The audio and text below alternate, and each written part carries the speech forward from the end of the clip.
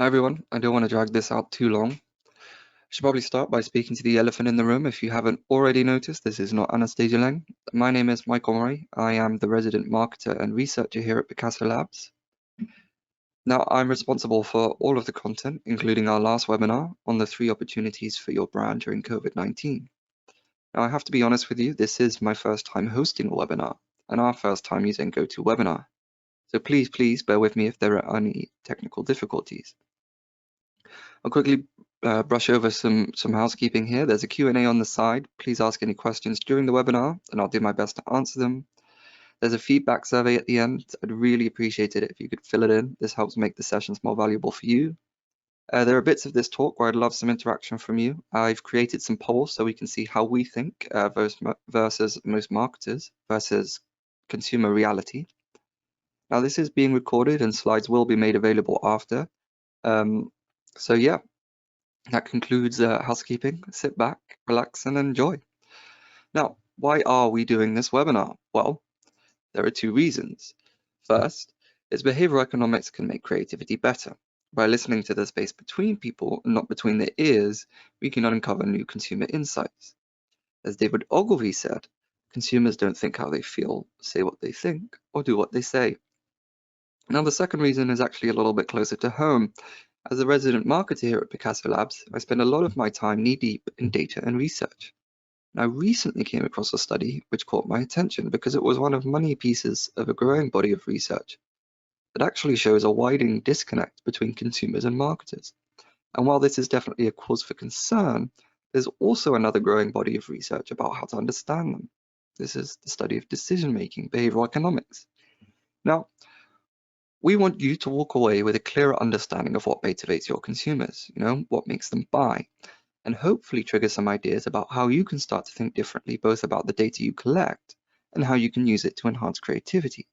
You see, Picasso Labs is built on the idea that we can use data to make better creative decisions, that you can challenge your own assumptions, your own biases, and ultimately develop as marketers. And what we've seen recently is this growing datafication of industries previously bereft of data. And the most famous example, popularized by Hollywood darling Brad Pitt, is of course baseball. And now I'm talking about Moneyball. You see, Moneyball is the story of how a team with almost no money won almost every game. For those of you who are not familiar with the story of the Oakland A's, it goes a little bit like this. The start of the 2002 campaign saw their best players poached by the biggest teams in the league. Billy Beane, the general manager of the Oakland A's, realized that he did not have the resources to compete with these teams. So he turned to data, and as you can see on your screen, the results were spectacular. So what did he do, and what can we learn from this? Well, since the beginning of baseball time, scouts have effectively ran the game. They decided which players teams should buy and why. Their expert input decided how teams would look. But there was a problem, one that Billy Beane recognized and turned to his advantage. You see, scouts chose players based on cognitive shortcuts. The biases for evaluating players were based on everything from how hot the scouts thought the players' girlfriends were, to how they pitched, to how sharp their jawline was, to the sound the ball made when the player hit it. Now, the scouts used the attractiveness of a player's girlfriend as a proxy for the player's confidence, which itself was a proxy for how good the player was. And the sound the ball made when it came off the bat was actually more important than the stats that showed how well a player hit. All of these biases were used above their actual stats. So what's the takeaway? Well, years and years spent scouting players meant that these expert scouts had created cognitive shortcuts that they used to assess players and make their decisions. It was fundamentally flawed and therefore ruthlessly exploitable. And as I'll show you, these same cognitive biases can be reverse engineered to dramatically increase the effectiveness of your marketing. The real lesson from Moneyball was less about how a poor team could win the league by ruthlessly exploiting market inefficiencies. No, the real lesson was that the inefficiencies in the market for baseball players sprang directly from the inner workings of the human mind. In short, data is essential because of the inefficiencies of the human mind, and no better is this demonstrated than ourselves as marketers. So, what assumptions do you have about your consumer? Well, a 2016 ThinkBox study looked at the relationship between media, advertising, and the general public. And after surveying the UK, they put the advertising industry in the spotlight to see how accurately they reflect the rest of the nation. Now, according to our audience poll, 72% believe that, our audience believe that 72% of people multi-screen when watching television.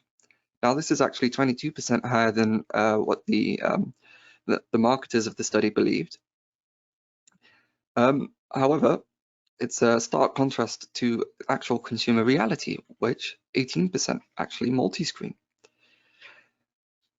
We asked our audience how many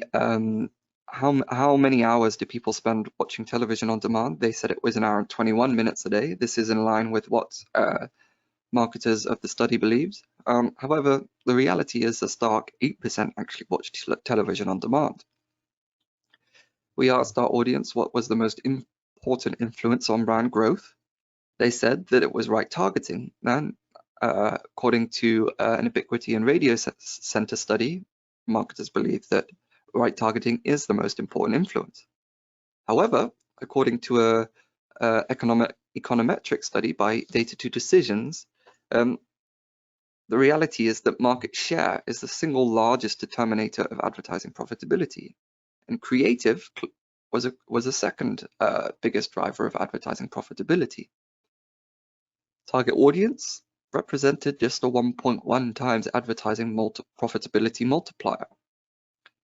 So we don't really know what the most effective elements of growing our brands are, and we don't really know how our consumers spend our time. And part of the reason for this is that we're very good at projecting our own media habits onto our consumers.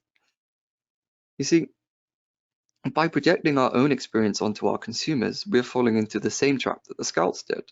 We're using our own biases when we should be using data. And I recognize that this is 2016 data and lockdown has changed media consumption habits. However, the research I mentioned earlier at the beginning of the talk paints a far more worrying picture. You see, not only do we spend our time doing different things, but we don't actually know what the mainstream values. Marketers significantly overestimate consumer values because they project their own motivations onto them. We think people want money, status, and fame, but perhaps that's just a Hollywood ideal we've come to believe. The funny thing is, we're actually closer to the mainstream in values, but we just can't see it.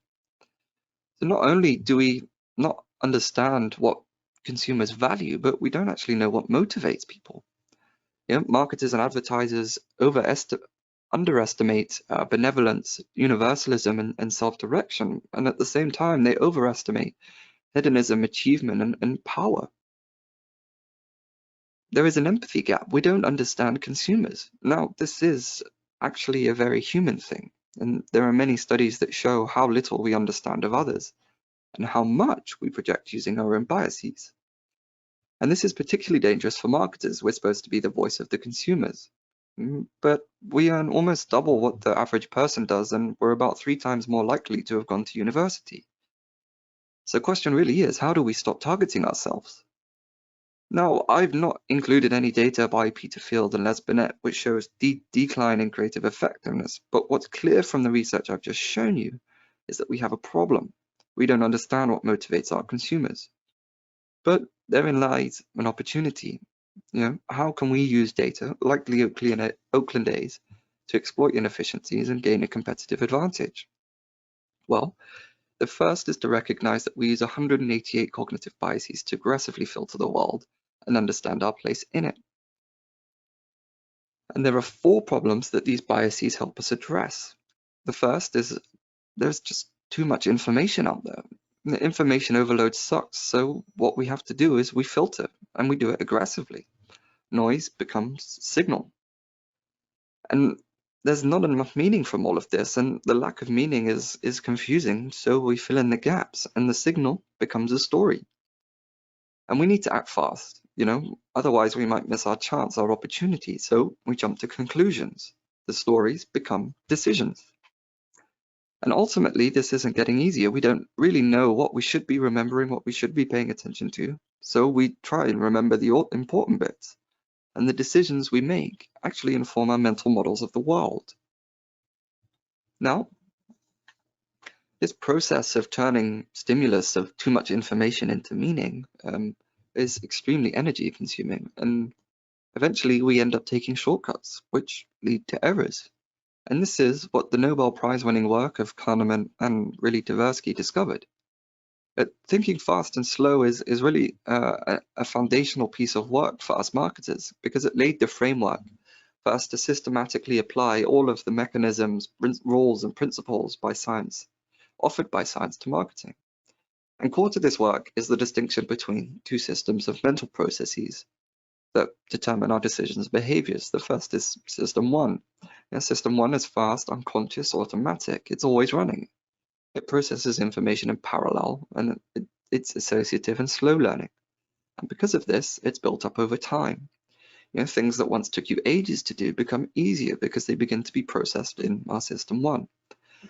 For example, driving a car. In contrast, system two is slow, is conscious and effortful, requires a lot of energy, and it enables us to make reflective and deliberate and reliable decisions. In other words, it's made for thinking. Now, Kahneman's work was groundbreaking because traditional economic thought all agreed that we made decisions rationally. Economists have long argued that we were utility maximizing decision makers. But what is the reality? Well, many researchers have tried to measure the size of the conscious. Social psychologist Timothy Wilson was one of them. He found approximately 11 million sensory neurons fire around the brain every second, but only 40 of those travel through conscious pathways. This means that 0.0004% of all sensory processing is conscious in this estimate. And it is important to note that the system 1 and system 2 work very closely together. And to demonstrate this, we have the Stroop effect. Can you name the colors of the words out loud? I'll add some complexity to this process by speaking over it. I'll distract you. You see, the Stroop effect is used in psychology to show how certain types of information can interfere with others. The meaning of each word can be automatically processed, as can the color by system 1. However, when word meaning and color are in conflict, naming the color requires time and effort. In other words, it must be done reflexively with system 2. And if you take anything away from this slide, it's this. It's in almost all things, our automatic brain takes over. So, as marketers, the more we can build these automatic, fluent pathways with our consumers, ultimately, the more effective our marketing will become. And to show this, we have the art of playing with brand codes. You can actually use the Stroop effect in marketing by playing with your brand codes. And by playing with your brand codes or distinctive brand assets, you're actually able to create a little bit of disfluency that creates that conflict between system 1 and system 2, which thereby actually increases attention and recall. Now, why are cognitive biases and behavioral science mechanisms like this so powerful? Well, the answer actually lies in the groundbreaking work of the neuroscientist Knudsen. Knudsen and his colleagues at Stanford University discovered the underlying principle that determines whether a brand or product is bought or not. His research, illustrated on the screen here, began with images of products and brands shown for a few seconds. Then the price appeared and the respondents had to state by pushing a button whether they would buy it or not. Brain activity was measured. And if the relation between reward, in this case your brand, and pain, this is price, exceeds a certain value, the respondents are willing to purchase the item for a price. Our brain calculates a net value, and if it's high enough, we buy. And the lesson here is really simple. If you can work out how your consumers feel about your price of your product, you can increase the perceived value of your product by either increasing the reward. In the case of Godiva, you can play to the indulgence and feeling of TLC you get when you take a bite. Or you can reduce the perceived pain of payment by perhaps comparing it to something more expensive, like a massage. A terrible example, I know, I apologize. Now, as purchase decisions are made on this reward-pain relationship, it means that the 188 cognitive biases we showed you earlier play a fundamental role in determining the subject reward of something. And marketers can increase the subjective reward or decrease the subjective pain, thus influencing the purchase behavior. Now, we've shown you that there is a disconnect between marketers and consumers, and we've shown you how to understand consumer motivations, the science behind cognitive biases and the way we think. But what actually makes them buy? Now, how do you connect these dots? Now, how can you ultimately enhance creativity with a little bit of objectivity and make communication more effective? Well, there are over 100 cognitive biases, which means there are over 100 ways of really understanding what motivates consumers and tweaking your communications to make it a little bit more relevant, a little bit more effective. For example, primacy effect in the top right simply states that we remember things at the beginning of the list. Well, the recency effect in the bottom left states that we remember things that have just occurred. And we've identified 4 concepts of these 100 available that we believe can be used to enhance your creatives. And we've selected these really based on the immediacy with which you can use them in your own efforts. And the first is distinctiveness. We pay attention to information or objects that stand out and catch our eye. And being distinctive makes brands memorable. It increases attention by interrupting the System 1 operating system we use when shopping, scrolling, and consuming media. So how does it work? Well, von Rostoff effect predicts that things which differ from those around them are more likely to be remembered. Von Rostoff was a German pediatrics researcher back in the 1930s. She published a study on memorability. She gave participants a long list of text consisting of 26 random strings of letters and 3 sets of numbers, and the results showed that the numbers were the most recalled. We've actually found in our own analysis that on Instagram, black and white images have a higher CTR due to the sheer amount of visual contrast with all of the colored images around them. Now, obviously, the caveat here is that this same performance boost won't occur if more and more people use black and white. It will cease to become distinctive. And actually, a version of this test was replicated by Pick and Sweeney. They got groups of undergraduate students to rate advertising slogans as either subpar or distinctive. And if they were distinctive, they were declared high quality. After a distraction test, they were then asked to recall the slogans. What they found is that the distinctive ad slogans were more likely to be remembered if they were high quality, but not if they were declared to be substandard. So how can you use this in your marketing? Well, we've identified 3 ways that you can use to stand out from the crowd. And the first is to highlight your product. It's an iconic piece of communications and brand development from Apple. At a time where everybody was walking around with black headphones, Apple went for white. It made Apple look like the market leader long before it actually was. Second, you can subvert category norms. In 2009, when price comparison sites were all discussing rational benefits, Compare the Market decided to talk about the emotional benefits. They created the fluid device, which is still being used in their campaigns today, the meerkat Alexander Orlov. Alexander Orlov owned comparethemeerkat.com, and the ads told the story of how his site kept crashing because people were mistyping Compare the Market. And the results, well, the brand rose from 4th to 1st for awareness and consideration, and quote volumes went up 83%. Ultimately, the company achieved its year objectives in just 9 weeks. Finally, you can play with your distinctive brand assets, your DBAs. This is a fantastic piece of out-of-home advertising by McDonald's. DBAs are cognitive shortcuts that can increase the association between your ads and your brands by about 40%. And really what they've shown here is how you can do that while consumers are speeding along the motorway. You don't want to distract your audience, but you do want to attract them. And by using their logo, the famous M archways, and taking key elements of it, they were able to tell their consumers, their audience, where the closest McDonald's was. And in actual fact, last year, Mark Ritson wrote a Marketing Week article where he compared the flash of Burger King's marketing to McDonald's. He wrote, and I quote here, McDonald's assiduous work on its brand codes, brand image, and menu resulted in significant marketing effectiveness. And increasing salience through code application, which is the most boring but essential activity in marketing, ultimately then that for all its distinct lack of flash, McDonald's marketing is working. Same-store sale growth shows that despite all of the creative awards that Machado and Burger King won, McDonald's are actually reaping the financial rewards.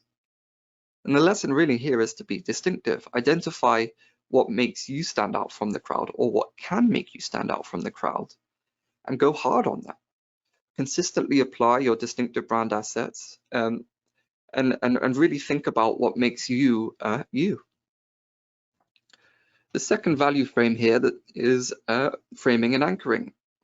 So you see, our decisions and preferences are affected by how information is presented to us. Framing or presenting information in a certain way, and therefore using reference points or points of comparison known as anchors, can dramatically increase meaning and engagement. Top level lesson here is that you don't really need to make any tangible changes to increase perceived value. You just need to make subtle tweaks or changes to your communication. And to really show this in action, we have the Ebbinghaus solution. In the 1890s, Hermann Ebbinghaus, who was a professor of psychology at the University of Berlin, created the famous illusion here on screen. Now, as you can see, there are actually two identically sized circles in the center. But what happens when you use big circles to surround the circle in the middle is that it makes the circle look small, whereas smaller circles around the outside make the circle in the middle appear big. Now, what's fascinating about this illusion is that visual illusions like this actually represent cognitive illusions. So how can you use this in your marketing? Well, we've identified two ways you can actually make yourself look more impressive than you might actually be. So how do you launch your fashion brand when you're an unknown? Well, you use the popularity of your competitors. Famed creative director George Lois created this opening ad which challenged the reader with an audacious claim. And overnight, the burning question from all over town became, who the hell is T.H.? Tommy Hilfiger became instantly famous. He set off, the ad set off an avalanche of national publicity, all within days, and he really did it by anchoring the name among well-known American designers. And it also happened to be distinctive because many fashion campaigns at the time were using models to display their clothes. And this is a brilliant piece of work by Citroën 2CV, in which they made fun of the luxury car market. This advert is effective because it puts a cheap vehicle on the same level as pricier luxury car models. Now, if you're in great company, people will assume you're a great company. So you can start by asking yourself, how can you reposition yourself along category winners? How can you take advantage of their market size, their reach, and use that to your advantage? Third, we have social norms. We have the common tendency to adopt the opinions and follow the behaviors of the majority. Social norms signal appropriate behavior and are classed as behavioral expectations or rules within a group of people. Now, there are two types of norms, those referring to how you should behave, called injunctive norms, and those describing how most people behave, known as descriptive norms. To demonstrate the power of the majority, I'm going to play a video, and this is the Ash conformity test.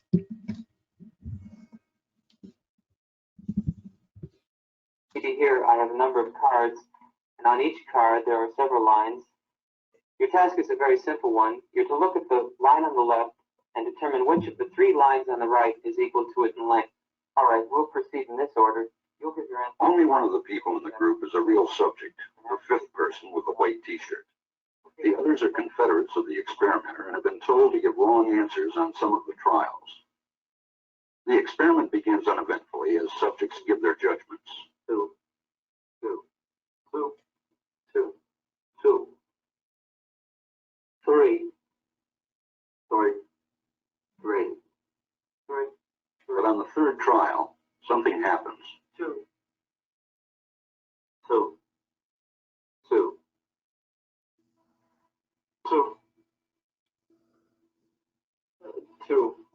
The subject denies the evidence of his own eyes and yields to group influence.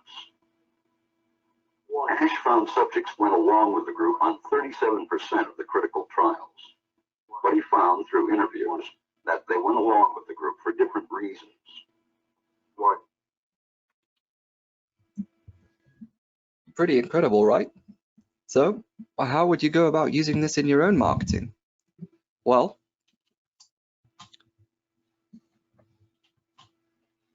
we've identified 3 ways you can use your existing popularity to further increase your market growth. The first, well, I think everybody knows Dove's Real Beauty campaign. The example here is actually one of the print versions they used to state their popularity. That's a classic example of social proof. You know, if you know your popularity, you state it. Now, equally, if your name is Dave, there is a great opportunity to take the ad, change Dove to Dave, and then use it in your Tinder profile. The second is to tailor your claim. You know, Costa's Real Coffee Lovers is a fantastic example of increasing the relevancy of a stated claim. You know, notice they didn't say 7 out of 10 people, they clearly mentioned coffee lovers.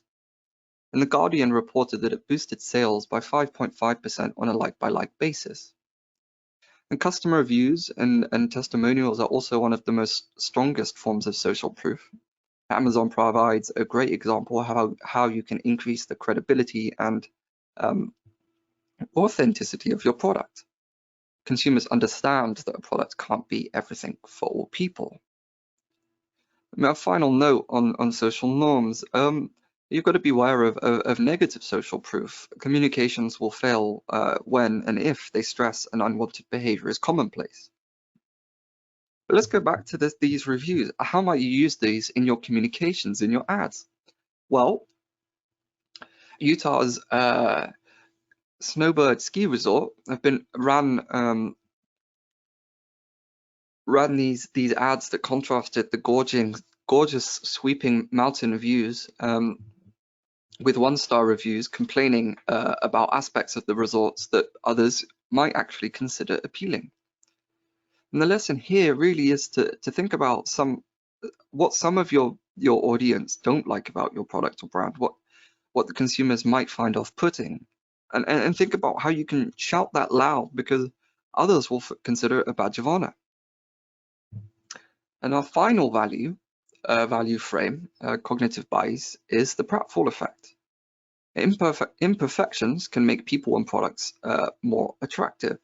This means that you can flaunt your flaws to make your brand more appealing.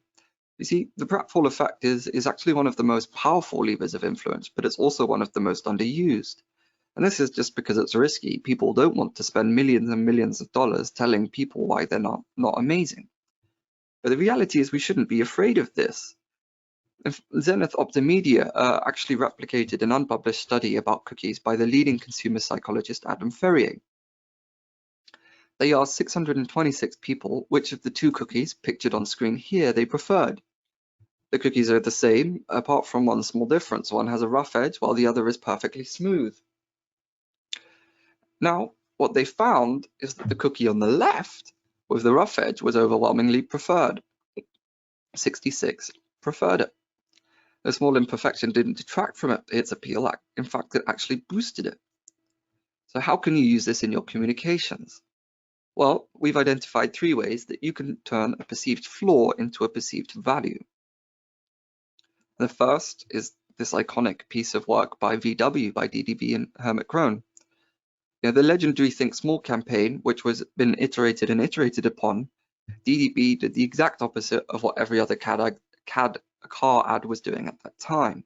You know, they were brutally honest. They admitted and acknowledged that the Volkswagen Beetle was small, slow, and perhaps ugly by contemporary standards.